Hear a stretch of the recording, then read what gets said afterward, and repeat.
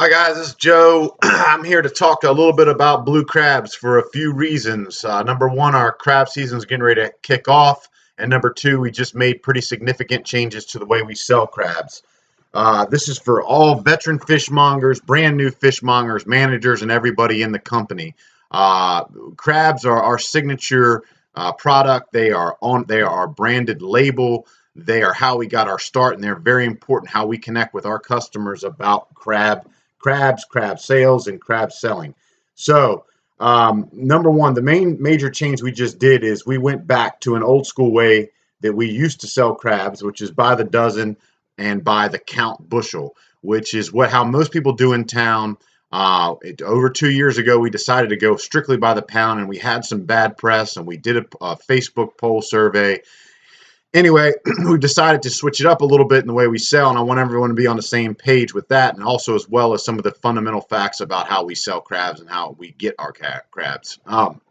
First and foremost, the crab dozen price is only going to be applied to mixed crabs and number one jimmies from the month of May through December. Our jumbo jimmy crabs are always going to be sold by the pound. And during the off season, we're going to sell crabs by the pound as well when there's not enough of them. And so anyway, it's important that everyone is on the same page in the way we serve customers and also how we care and pack crabs for people to go. The main thing you want to remember is that there are a variety of archetype customers that come and want to buy our crabs. Number one, you have mixed crab fanatics that love the females. They want cheap crabs. They want the most competitively priced, and they're going to go for that. You also have your number one Jimmy crab customers that come from Maryland, Virginia, and parts of North Carolina and want the biggest and the best. And so it's important for you to understand how to communicate with these people so that you can serve them best. And it all starts with a good ear, listening to who is buying the crabs. You might have crab customers that don't even know anything about crabs. You want to talk about that. You have the most expert crabber that's going to tell you they know more about crabs than you do. In the end, you're not there to get in a fact war. You're in there to serve them and listen to them and see what's important and match them to what we have. Or if we don't have it, say, you're probably not going to be happy with these. Maybe you want, maybe check back when we get some jumbo jimmies in the case of a really fanatical Maryland customer. So let's go ahead and get started and see how this whole crab displays and catching and selling plays out. So I'm going to start with a slide from our early days. This is a stand we sold from on Carolina Beach Road, about a mile from our Carolina Beach Road store. We started selling crabs because we didn't have a market to sell them to other markets in Wilmington. So we went on the side of the road, popped a big old sign up by the dozen, and we started marketing. And in that process, we started to learn all the important things and the types of customers and what they thought was important and how to pack them. But we focused on a few things. One, listening to them. What did they want? Listen to their stories about how they used to eat crabs and where they bought them before, and letting people know that, hey, we were there to serve them. We're also there to listen to their concerns, listen to what they want, so we could try to make sure we could deliver on what their needs were. And we learned a lot in those early days about fishmongering, about crabs, about catching crabs, selling crabs, and we want to make sure that disposition continues into the future. In addition, we still crab, as many of you know. We've got a few crab boats. We work in Mason Burrell Sound, and we also shed our own soft crabs that we've been selling the past few weeks. So I want everyone to know, and make it importantly, that I want our fishmongers to know the important details about crab catching and crab selling. So that's a little taste of the old school. Let's move on to our first slide. All right, let's see here. Let me get it off so I'm on full slide. Okay, so what types of live blue crabs does CV Crab Company sell? We sell bushels and boxes of live blue crabs that are graded differently based on the time of year, what we're catching, what people want. Legal male crabs have to be 5 inches point to point. If you see a crab in a basket that's smaller than that, put it aside, put it away. We can't sell them. We don't want customers thinking we're selling illegal crabs. And legal female crabs have to be mature. I don't have an image, but you can check a mature crab. I might post something in the email so you see, but some crabs that are pre-soft shells are immature and they can't be sold as well. So you want to make sure you keep your mixed crabs looking good and legal.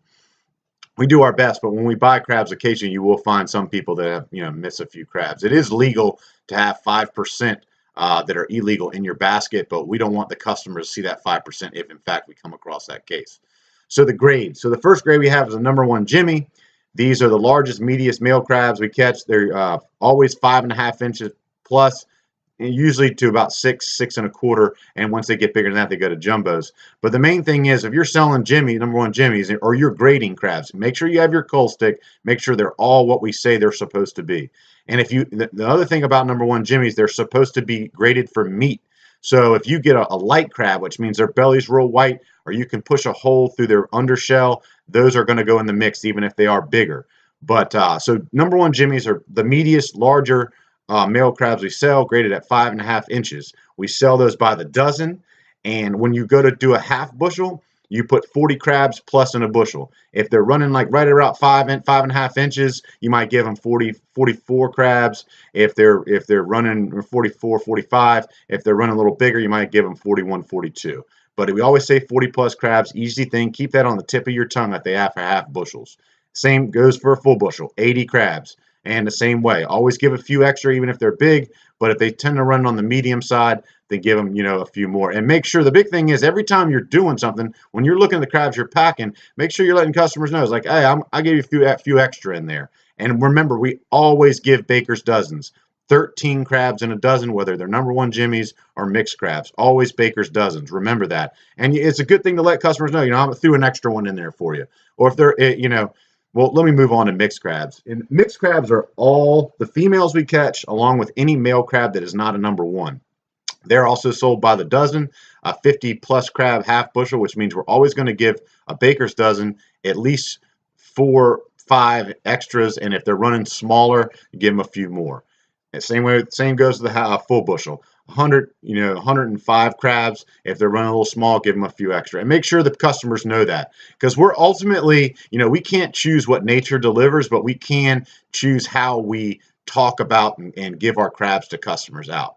The jumbo Jimmies are going to be 6 inches point to point and up. We try to make sure they are always the fattest, biggest crabs. We do not want to water down our jumbo grade. I don't want any light crabs, anything right at 6 inches. Make sure they're over 6 inches and that they are nice and fat, because that's, we're the only company in town that sells jumbo crabs, and we want to make sure that customers are getting the best of the best. And the also thing is, they're always going to be sold by the pound. And if customers ask, well, how come these are by the pound? You say, well, you know what? These are huge crabs. A lot of customers come in and get 1 to 3 crabs for dinner, and it's just much easier to make sure that people are getting fair price when you get a 6.25 inch jumbo versus a 8.5 inch jumbo. So we just do that for simplicity's sake, and there's never enough of them. So it's the easiest way to make sure we get a fair price on whatever jumbo crabs we're getting. Okay, so let's move on to the next slide. How are crabs caught? Crabs are the most valuable resource in North Carolina. They per $1 million. I think it's that between that and shrimp. They're one of the biggest cash seafoods that we operate. We use crab boats. Some boats can be huge. Some can be smaller. Usually they are caught by crab pots that are baited with fish, and then the crabber gets up every morning just like we do and work pots. Anywhere, if we work about 150 pots, upwards of 1,000 crab pot operations in the Pamlico and the Albemarle Sound. Where do we get our crabs? We fish in Masonboro Sound year round, and so we're always out there. It's provided there's crabs to be caught. We also buy crabs from the Cape Fear River, the Pamlico Sound, the Core Sound, and the New River. And if people ask where our jumbo Jimmies come from, typically they're coming out of the New River. We've got a good crabber that works up there. He actually builds our crab pots, and he really produces some beautiful crabs. So that's just to get an idea. So when customers ask, we actually catch our own. We also, not only do we catch our own, but we have relationships with crabbers up and down the North Carolina coast to make sure we keep our counters stocked. Okay, moving on. What are the basic facts about crab ecology? Okay, so female crabs produce up to 2 million eggs a year. If you've ever been bitten by sea lice, then you've been bitten by a tiny blue crab. Crabs move from the fresh, non-salt water parts of the rivers and sounds all the way to the ocean, depending on the time of year. So in the wintertime, you're going to see a lot of crabs either mudded down or in the ocean. We do fish in the ocean in the wintertime. And then usually in the heat of summer, they go to the farthest up the rivers to where they get the freshest waters, and that's where a lot of the crabbers target the big ones. Um, Crabs are also called beautiful swimmers because they're always on the move. And North Carolina has had tagged blue crabs caught all the way down in Florida. These crabs move. It's a very interesting species that we still don't know a lot about, but they're fascinating in the way that they move around in our ecology. Crabs are scavengers. They're not typically considered something that's like, oh, we're going to run out of blue crabs. Typically, a lack of crabs on the market has to do with environmental factors, not crabbing, because we have to throw all of our crabs back that aren't legal, and so we're always, not working down the bottom of the crop. We already talked about the large jimmies, and then crabs shed their shells, just so you know, as they grow, just like snakes. And so the soft shells that you see, they came from a much smaller crab. They shed out of their shell, and then they get to be a bigger crab that becomes a soft shell we ultimately sell in the spring. And the soft crab season is typically end of April through June. Our soft shell crabbing season, the peak of it's pretty much done, but we're waiting on for crabbers a little bit further north where the water's warming up to start selling us soft crabs down here. Okay, moving on. How do you cook them? All right, so you can steam, boil, or fry a crab. Most people steam them. Typically, we find that some Southerners like to boil, steam, but and everyone's got their own rule of thumb. But we'd say about 15 to 20 minutes for 1 to 3 dozen. And always you should have on the tip of your tongue the type of spices. So if customers ask or what your favorite is, find your favorite boil. And all the boils are Old Bay's the traditional. We have Florida seasoning, Swamp Fire, Zatarans. Trying to think of some JO seasoning. Everyone has their own favorite, but you should have something to be able to recommend customers. Old Bay's the kind of standard one. But in addition to when you're making a boil, you add the spices and usually a little bit of vinegar and a can of beer and some bay leaves, and that's a traditional crab steam boil.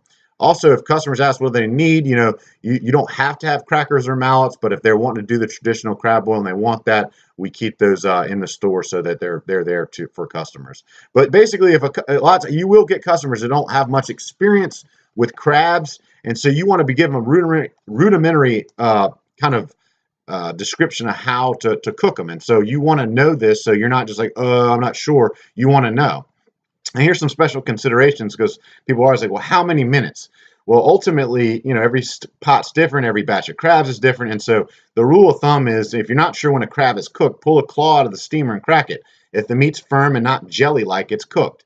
Another way to look at it is the top of the steam pot, the crabs on top, they should be totally turned red. The last thing is there's 2 little buttons on the top. They'll be the last to turn red. So if you have good claw pops, clean pull, and good red tops, then your crabs are done.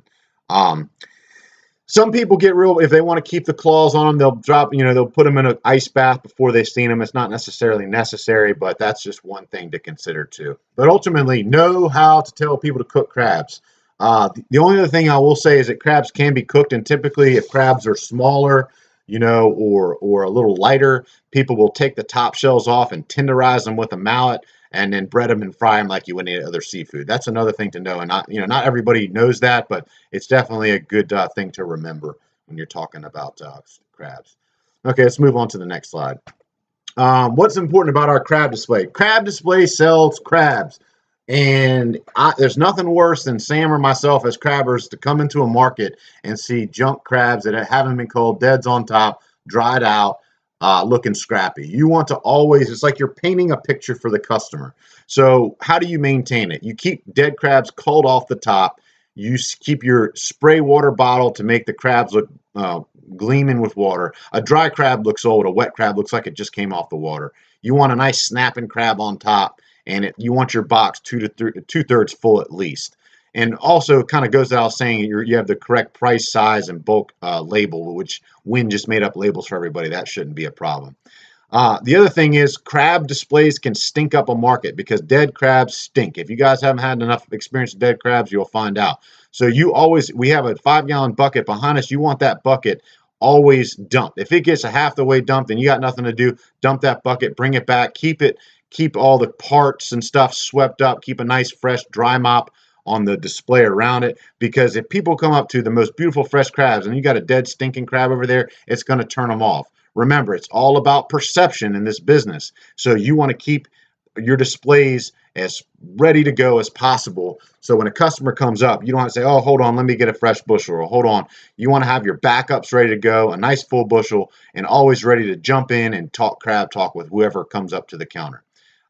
Keep your displays clean, full, backed up, always swept. And if you don't know what to do, if you're a new fishmonger, find out how to maintain that crab display, because for some reason, oftentimes it's the last thing people think about. They think if there's a bushel out there, it's good to go. But we want a full bushel, a backup bushel, no dead crabs, always smelling good, ready to be served to customer. And that will sell more crabs, and it will keep our reputation as a clean, organized fish market. Okay, let's move to the next slide. How to pack and take care of crabs. Okay, so we're on the boat. We always keep our crabs wet, and we're pouring water across the burlap. We put burlaps on top of them and keep them cooling out of the sun, because when a crab heats up or there's it dries out, it's going to die. And so we're trying to minimize mortality, because when we lose crabs, we don't make any money. We've got to make sure we're always taking the best care possible. So same way we're bringing crabs up to the market, we keep them out of the sunlight. Burlaps over top is damp. And then when they get finally to the market and we're waiting for them to go on display to be sold, you want to keep the boxes burlap should, number one, be labeled and rotated. That means the last crabs to come in need to be the last crabs sold. And they should always have burlap on them. And if you start getting a lot of crabs in there, label them. Take a piece of paper, write, mixed crabs use second, mixed crabs use third, mixed crab use first. But there's nothing worse that it will lose a lot of time in the market if you roll up to a pile of 10 different boxes, half used, and no one knows what to use first. Because if you use a brand new box, and I've got 2-day-old crabs out there, you just lost money for the company, because we started using crabs that just came off while other ones are going to be dying in the back. I would often like to cull crabs at least once a day to make sure you're getting the deads out, because dead crabs that sit in a box will cause other dead crabs. And that's just a rule of thumb. So when you're packing for a customer, after you've got them to the display outside, display is nice and clean, now you're customers. You always want to pack your crabs into a box if it's a half bushel, or a bag if it's a dozen or 2 dozen. And you want to pack the white bellies down. You always want to pack crabs down, because if they go up flip top, they're going to likely to die. That's another thing to remember. Anytime you're culling crabs or whatever, you want the bellies down. And if the customer's going to be for more than 20 minutes in a non-temperature controlled space, you might want to give them a little bag of ice to put on top of them or something. And then when the customer gets home, they need to steam them ASAP. Live crabs are extremely perishable, so when they're steamed, you can put them in the fridge and eat them for a few days, up to a week. But the main thing is you want to always make sure you're putting live crabs into those. You do not want to put a dead crab into a customer's box. If you're not sure what a dead crab versus live crab, get with a senior fishmonger and learn that. And learn how to get fearless when you're packing those things too. They can't hurt you. They'll give you a little pinch, but they can't hurt you. And especially when you go to grab a crab, don't be scared. If you're scared, they're going to get you quicker. So I always recommend you go in there with confidence and you hit them right in the face, so that their claws go around the gloves. They can't get you that way. If you go in there timid, they're going to knock you and get you right in the finger. But anyway, that's the main thing, is tell customers I packed you all live ones. If someone's going for 3 or 4 hours, I would just tell them, like, look, these are all live now. As long as you steam them right, dump them right into the pot, steam them, they're good to go. Because but a dead crab can spoil in less than 6 hours. So that's why we can never sell crabs that are dead. Anyway, those are some rules of thumb. But remember, always be quick when you're packing crabs. Baker's dozens, all live, bellies down. All right, moving on. What's the shelf life of blue crab? We kind of went over this a little bit already. After harvest, some crabs die on the boat. We can't even help that. We'll pull them out. We've already had, some, but sometimes, you get a good healthy crab that can live 5 days, sometimes longer out of water. So that's why we constantly want to cull our crabs out and get the dead ones out, because when you have dead crabs in a box, it's going to cause more dead crabs, like I said earlier. Rinsing crabs that have been out of the water for more than 3 days will also cause dead. It's a weird thing, but if you have a box of dead crabs and you put water all over them for some reason, I don't know if it washes the ammonia down into the box, but you really want to focus on culling deads out and keeping them damp burlap on top, as opposed to just rinsing them off with water. Let's see here. When crabs get to the near end of their lives, they will lose their legs and claws. As a defense mechanism, at that point, it's time to give extras and run specials.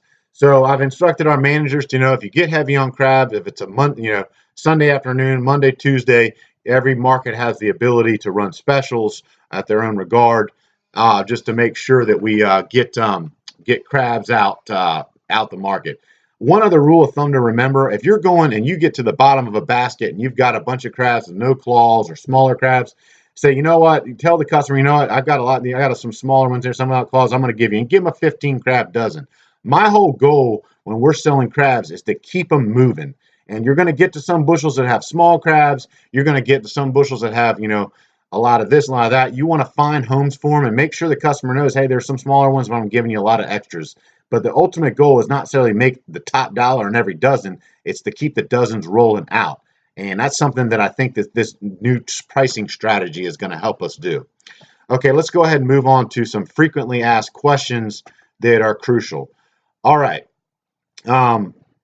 Let's see here. And this is hard to do. I'm gonna walk you through a couple typical crab customers and try to help give you some tips on how to help them. Okay, customer comes in. Those crabs are small. Here's what you tell them. Say, look, I'm gonna pick you out some nice ones, and I'm gonna give you some extras. So if they say with the small stuff, say, look, I'm gonna do my best to get you some good crabs, and I'm gonna make sure you get a couple extras because they do look small.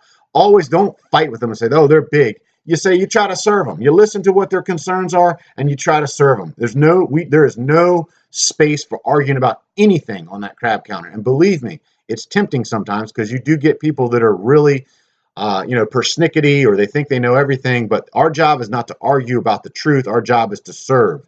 And so you're listening to what their concerns are and trying to give them an answer that's going to make them feel better.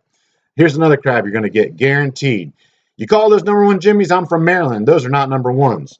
And you can tell customers that, like, look, our number one, everyone has a different standard of what a number one looks like. In our market, we grade them 5.5 to 1 inch or 6 inch. Some markets might grade them 6 and up, and different times of the year. You don't have to go into this. Like, look, I understand that Maryland, typically is going to have a more plethora of bigger crabs, but they're also a lot more expensive. And in our market, here's what they are. But, we aim to serve. If they're not big enough for you, you may not want to get them. But, if we have jumbos, recommend the jumbos. But ultimately, do not get in an argument about what a number one Jimmy is with a Maryland customer. You just listen to them, pet their ego a little bit, let them know, hey, yeah, we know Maryland customers are serious about their crabs, but we do our best to serve you. When we have jumbos, we sell them. But if we don't, these are the biggest crabs we have. Hopefully, you can make them happy. But in the end, if they don't think they're big enough, don't force it on them. You don't want to send a customer home with something they don't want. But we also, most of the time, we never have enough of Jimmies or jumbos. So, it's kind of like it's just the market demand.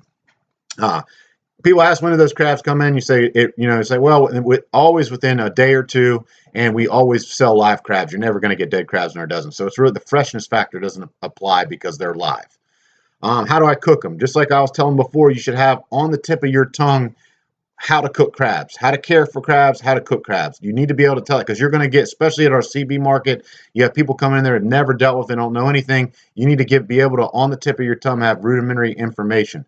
If you're not sure, listen to some of the fishmongers that have been around for a while, so that you get comfortable answering those questions quick without looking like a deer in the headlights. How do I know when they're cooked? We talked about that. The top layer of crab should be totally red. Claw should pull out nice and clean with no jellied meat. Can I pre-order them? This all depends on the time of year. Around 4th of July, we have to do not first come, first serve. We can take special requests, but we never know how many crabbers are going to get, and we don't want to make promises we can't keep. If you're not sure, make sure you ask one of your managers about if they can pre-order them. We do sell a lot of crabs pre-order because customers like to know that their crab feast is set up for them, and most of the time of the year we can do that. As long as the crab supply is good. But around holidays, it gets really tricky, so we have to be careful. How many crabs in a bushel? All right, hopefully you know this by now, but in a mixed crab bushel, you're going to get 100 plus crabs. In a Jimmy bushel, you're going to get 80 plus crabs. And then a lot of times you'll get Maryland customers coming, how can you have female crabs for sale? Isn't that illegal? No, it's not illegal. In Maryland, I believe they have strict limitations on what they can do with females, but in North Carolina, we are good to go to sell female crabs so long as they are mature and not immature crabs. I don't want that crab in my dozen. It's small. All right, you're going to get people get pissed off when you're does. Remember that you want to talk to them, ease their concerns when you're giving it. Like, don't worry, I'm going to make sure you get some good ones, and if you get some small ones, I'm going to pack you extras. You always just want to talk and don't get threatened by someone's demands. Listen to them. Listen to them. When you listen to them, and always keep in your mind, I'm trying to make this person happy. I'm trying to make this person happy, and try to. Once you get comfortable with it, it gets fairly easy because the same questions come up over and over again. But again, you want to aim to serve, listen first, aim to serve, and make sure at the end that customers are happy with what they're getting.